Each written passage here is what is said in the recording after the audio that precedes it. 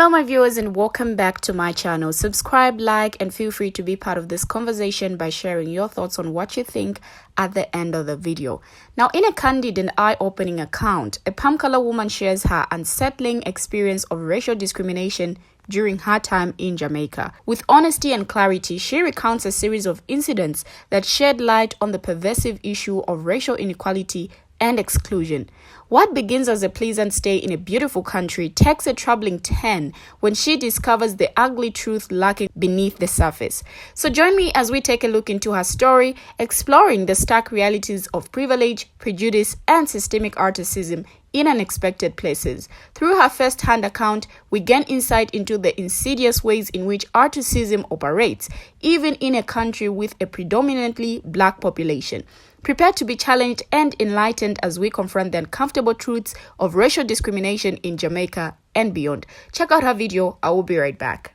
Good afternoon, friends. I've been trying to find a way to write about this, and I decided, you know what, I think I can do a better job speaking about it. So there's been a few incidents since I've been here in Jamaica. It's been 3 weeks I just love this country. I love the people. I love everything about it.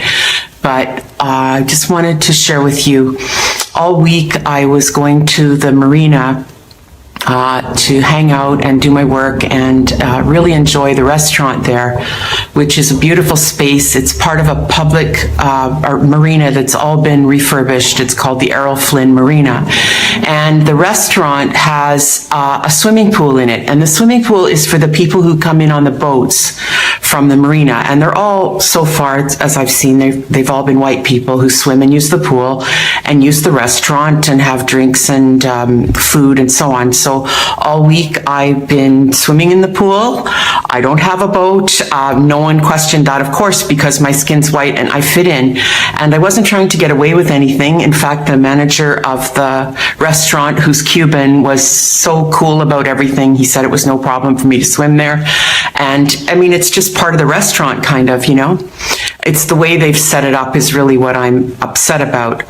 Well, actually, no. What I'm really upset about is what happened yesterday. So all week, so yesterday was Thursday, so that's the fourth day. So yesterday, I invited a friend of mine who's Black Jamaican, very dark, what you guys say, blue-black, you know, very dark-skinned Jamaican, to come there and meet me for a drink. So he came there, and he wasn't coming for a swim or anything like that. I was going to have a swim, and the security guard came up and told him that he has to tell me that the management says that I'm not allowed to swim in the pool. So he said, no, you need to tell her that, not me. That's not up to me to do that. So the security guard came and told me that, and I just was like, okay, because I knew that that was the rule, but I observed all week and I did swim in the pool all week and there was no problem. So I know that this changed because a Black person was with me in that bar. And there have been very, very few Black people in the bar. So to me, it's one of those spaces, this is only my opinion and my observation, but I observe that the management of the Errol Flynn Marina, and I hope Michael Leachin hears this, it seems to me that they're trying to keep that space very white in a country of Black people. And I'm very, very upset that they would, I don't care that they're calling on me to follow the rules. I'm cool with that. But I know the only reason they did that was because a Black man was with me. So that's the part that I'm really calling out, you know. So then we left and went to the beach. They have a beach, what do they call it, Bikini Beach, to go swimming there. And it was 5 to 5, and the security guard came, a woman, and said we can't swim there because they're locking the gates. So this is another thing now, this is another issue, but it's like, what are you talking about? How can you lock the beach?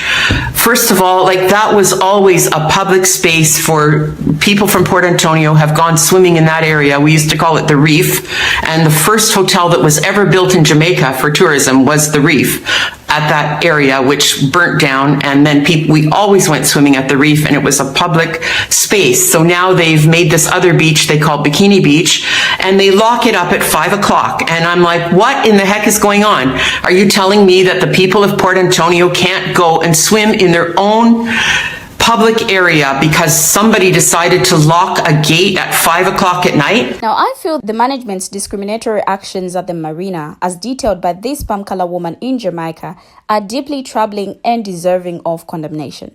Their blatant double standard, allowing her to swim in the pool without question until she invites her black Jamaican friend, exposes the insidious nature of racism and exclusion. It is unacceptable that the management of the establishment would only enforce rules against the presence of palm color patrons swimming in the pool when accompanied by a black person.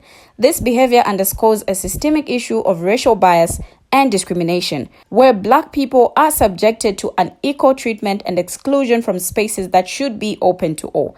The fact that the palm color woman was allowed to swim in the pool without issue until her black friend arrived speaks volumes about the pervasive nature of racial profiling and the differential treatment faced by black people. Such actions perpetuate harmful stereotypes and reinforce the notion of WP, where palm color individuals are granted access and privilege simply based on the color of their skin. The management's behavior is not only discriminatory, but also deeply hypocritical. If there are rules of restrictions regarding who can access the pool, they should be applied consistently and without regard to race. All patrons, regardless of their skin color, should be treated with dignity and respect and afforded the same opportunities and privileges. Now, this incident serves as a stark reminder of the ongoing struggle against racism and the urgent need for systemic change. It is important upon all individuals and institutions to actively challenge and dismantle systems of oppression and discrimination, and to create inclusive environments where everyone is treated equitably and with dignity. Anything less is a betrayal of our shared humanity and a perpetuation of injustice. The discriminatory actions of the marina's management reflect broader patterns of systemic racism within the hospitality industry. Instances of racial profiling, unequal treatment, and exclusionary practices are not uncommon in hotels, restaurants, and recreational facilities around the world. Now, these incidents highlight the need for comprehensive anti-discrimination policies and training to address implicit biases and promote equitable treatment for all patrons. The incident at the marina underscores the intersectionality of racism, where individuals may experience discrimination based on multiple aspects of their identity, such as race and social status. In this case, the palm color woman's privilege allowed her access to the pool until her black friend joined her, highlighting how race intersects with other factors to shape experiences of discrimination and exclusion. Discriminatory practices within the hospitality industry can have significant implications for tourism and destination reputation. Instances of racial discrimination can deter visitors, tarnish the reputation of business and destinations, and contribute to a climate of hostility and division.